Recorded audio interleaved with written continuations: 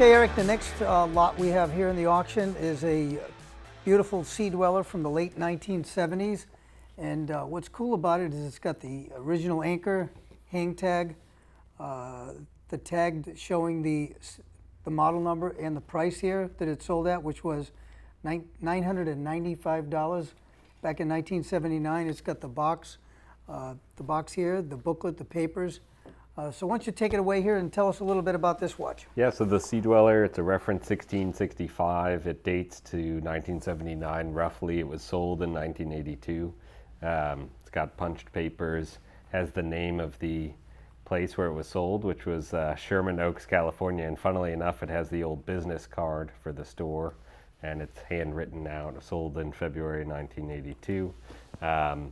This watch also retains the original anchor, which is a Sea-Dweller anchor because it has 610 meters on one side, 2,000 feet on the other. And it's got the original red wax seal looking tag, which noted that it's a chronometer.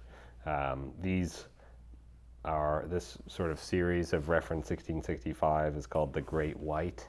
The very earliest Sea-Dwellers had red text, so it was either a single red, the very earliest, or double red Sea-Dweller, and it said Submariner 2000 in red.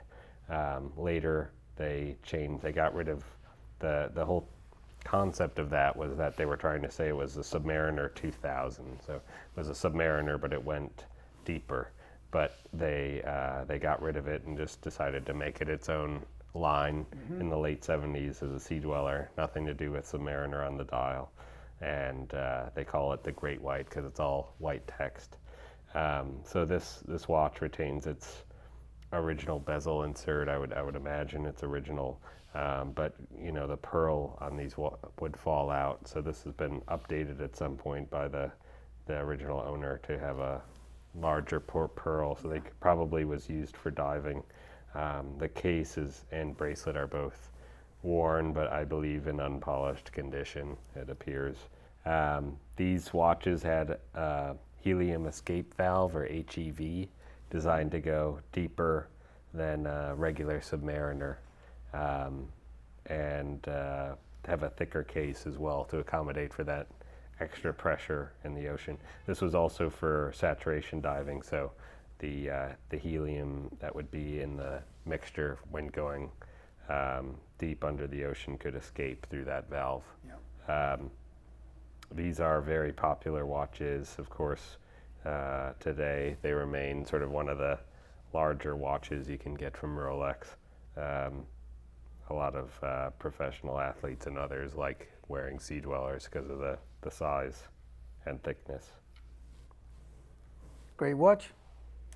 What's interesting, Eric, as well, is that back in those days, they did not put the Cyclop window like they do on the new model. Only the very newest model, which exactly is sort of the anniversary Sea-Dweller, has the Cyclops. Of course, very controversial with Rolex fans. That's why I bring it up. Yeah. And I definitely prefer the look without. The whole concept was that this would be easier to read the time. And no one really cared about the date underwater. It was more for the desk divers that were, once you're out of the water, that's the only time you really need to know the date.